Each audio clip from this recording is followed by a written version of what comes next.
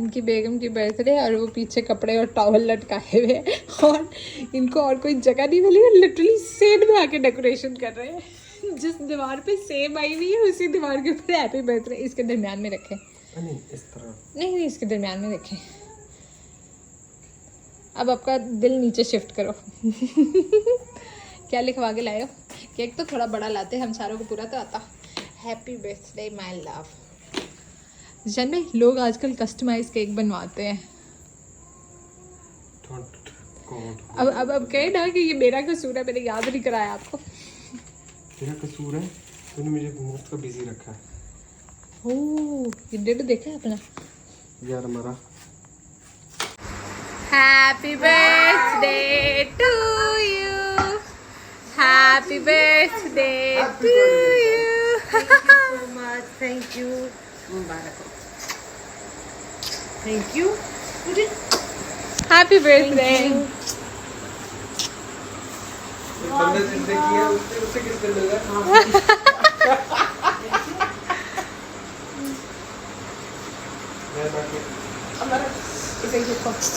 चलो जी तो आयशा भाभी की बर्थडे थी और जिशान भाई शाम से भागते फिर रहे हैं और मैं सोचूं पता नहीं कर क्या रहे हैं। मुझे तब भी नहीं समझ आई कि ये रात को बर्थडे की पार्टी की तैयारियां कर रहे हैं। और यार मैं तो हमेशा से एक बात कहती हूँ कि it's not always about to have fancy parties. नहीं, अगर आपकी शादी के बाद पहली साल गिरा है तो फिर तो आप एक्सपेक्ट कर रहे होते हैं ना कि यार आपका बंदा जो है ना थोड़ी बहुत एफर्ट वगैरह करके और स्ट्रगल्स वगैरह करें and similarly they expect the same from you as well.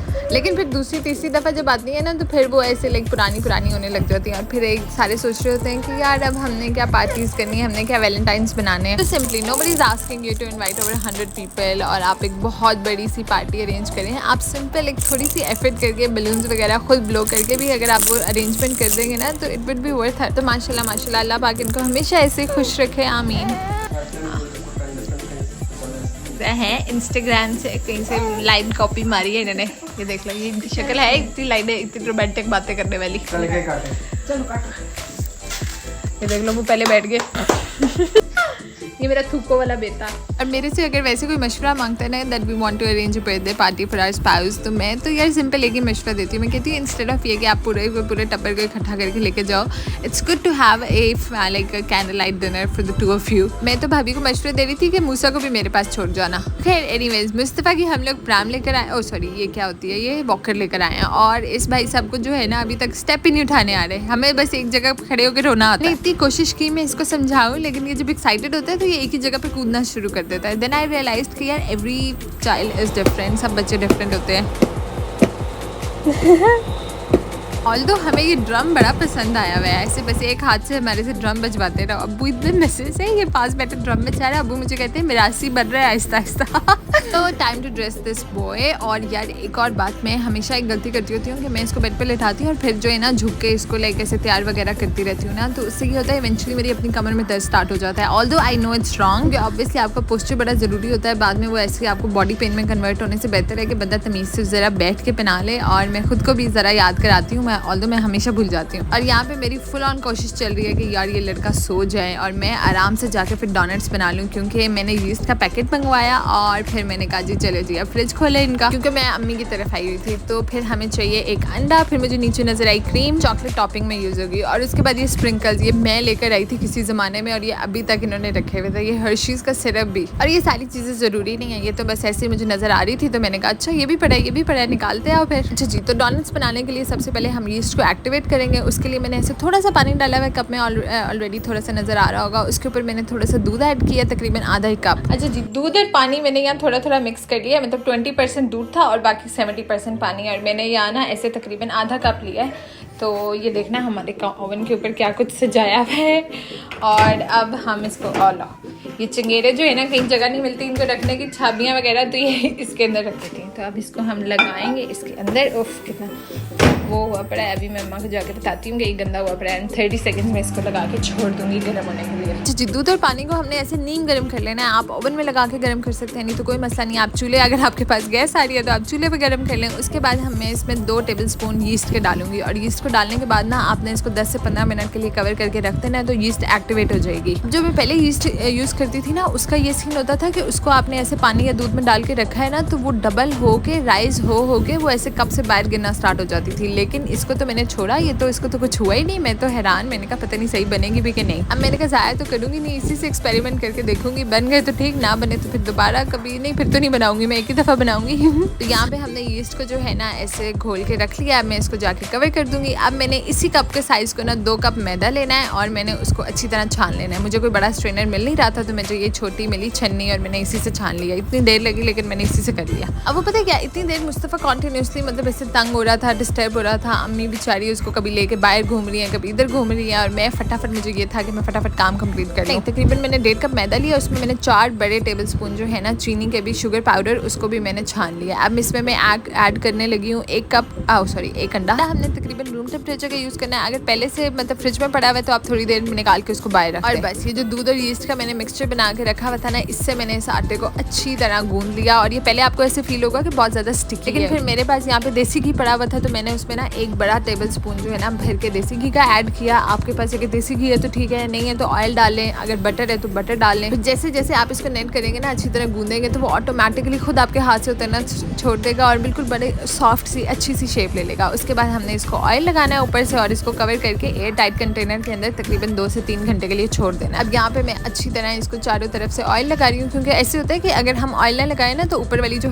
Surface होती है ना वो हार्ड होना स्टार्ट हो जाती है। अब इसको मैंने एयर टाइट कंटेनर में बंद कर दिया और इसको हमें ना किसी ऐसे गर्म सी जगह पे रखना होता है, लेकिन मेरे पास यहाँ पे वैसे तो यार हर जगह गर्मी है, लेकिन मैंने फिर इसको ओवन में रख दिया था कि वहाँ पे जरा ना आराम से पड़ी रहेगी। तो जी बस अब ये आपने 2-3 घंटे इसको रेस्ट जब दे देना है तो उसके बाद आपने निकालना है, सिंपल से इसका पेड़ा बनाना है, ऐसे मैदा वगैरह लगा के इसको बेल लेना है। और उसके बाद आप कोई भी अपने साइज़ का कटर उठाएं, मतलब कोई भी ढक्कन छक्कन किसी चीज़ का उठाएं, उसे काटें, डोनट्स की शेप दें और इनको डीप फ्राई कर लें। मुझे उस टाइम नहीं पता था, मुझे बाद में पता लगा कि ऐसे करते होते हैं कि डीप फ्राई अगर करो तो वो ऊपर नीचे से बराबर बहुत अच्छे फूलते हैं। मेरा शायद ऑयल का लेवल ज़्यादा थोड़ा था, लेकिन वो फिर भी अच्छे फूल गए थे। ऐसे नहीं हुआ था लाइक जैसे मैं एक्सपेक्ट करी थी ना कि शायद ये जो है ना मतलब डो राइज ही नहीं हुई है। डो भी नहीं राइज हुई थी। अच्छा मज़े की बात, क्योंकि जब मैं पिज़्ज़ा की डो रेडी करती हूँ ना तो वो अच्छी खासी राइज हो जाती है, तो मैं ये एक्सपेक्ट करी थी ये भी डबल हो जाएगी, लेकिन ये उतनी की उतनी खड़ी हुई थी। लेकिन फिर भी यार इनका टेस्ट ये बहुत अच्छे बने थे सच में। ये फ्राइंग के टाइम ना मुस्तफ़ा इतना तंग कर रहा था कि एट द एंड अम्मी ने कहा कि हमारा निकल आओ किचन से, मैं फ्राई कर देती हूँ, इसको संभाल ले। फिर आपकी मर्जी है कि आपने उसको किस तरह कोट करना है। मेरे पास चॉकलेट पड़ी हुई थी फ्रिज में से और उसको मैंने दूध में डाल के मेल्ट कर लिया। फिर मैंने क्रीम और थोड़ी सी ऐसे चीनी वगैरह डाल के, क्योंकि ऑब्वियसली जितने शुगर लेवल आपको पसंद हो,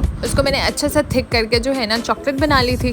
और बस अब जो है ना मतलब यार मैं एंड में ये सोच रही थी कि यार कितनी खप है ये बनाना। मैंने एट द एंड अम्मी से पूछा, मैंने कहा आप बताएं ना जरा घर बनाना सौखा है या बाहर का थी? बाहर से। ये घर में तो बच्चे तौबा इतना तंग करते हैं। तो खैर चलो कोई बात नहीं। फिर हमने जो है ना सारे डोनट्स को एक एक ऊपर से जो है ना चॉकलेट की कोटिंग लगाते जाना है और एंड में आपके जो भी आपके पास फेवरेट आपके स्प्रिंकल्स है ना आप वो कर दें। मेरे पास बाय चांस मैंने बताया मैंने कोई स्पेशल नहीं मंगवाए, घर में निकल आए थे कहीं, एक दफ़ा मैं चेज़र पे गई थी तो वहाँ से उठा कर ले आई थी, तो मैंने उनको स्प्रिंकल कर दिया। अगर आपके पास नहीं है तो आप इसके ऊपर जो है ना ऐसे बादाम क्रश करके वो डाल सकते हैं, वो बड़े मज़े के लगेंगे। अच्छा ये मैंने 1.5 कप मैदे से बनाए थे, मतलब मैं बिल्कुल ऐसे एक्सपेरिमेंट कर रही थी ना, पहली दफ़ा ट्राई करी थी, तो ये अच्छे खासे लाइक 2 ट्रे पूरे बन गए थे और सब ने बड़े शौक से खाए।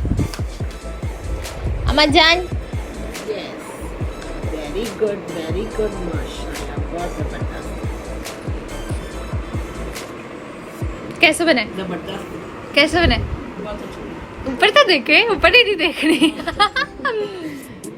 मुस्तफ़ा ये लो नंगू, ओए नंगू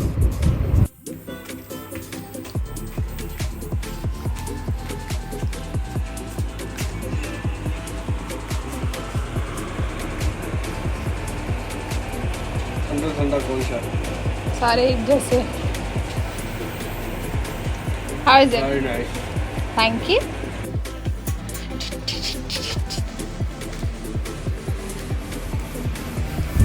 अब्बा जी ये चखे ना पहले उठाए। 2 ले लो। 2 ले ले, 4 ले ले। जी अब्बा है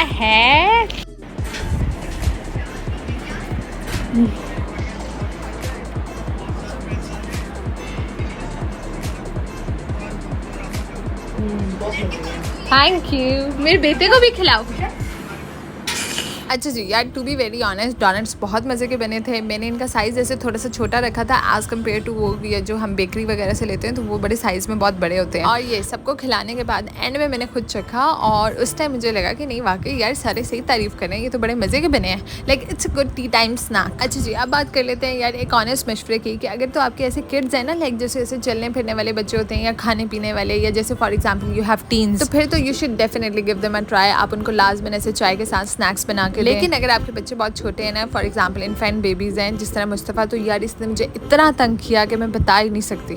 तो फिर सच में कोई ज़रूरत नहीं है इतनी खप डालने की घर में, क्योंकि ऑब्वियसली बेबी नीड्स यू। तो आपको अगर खाने का दिल कर रहा है तो सिंपल बेकरी से खा लेना। Anyways that's all for me for today. Thank you so much for watching. Have a nice day. Bye.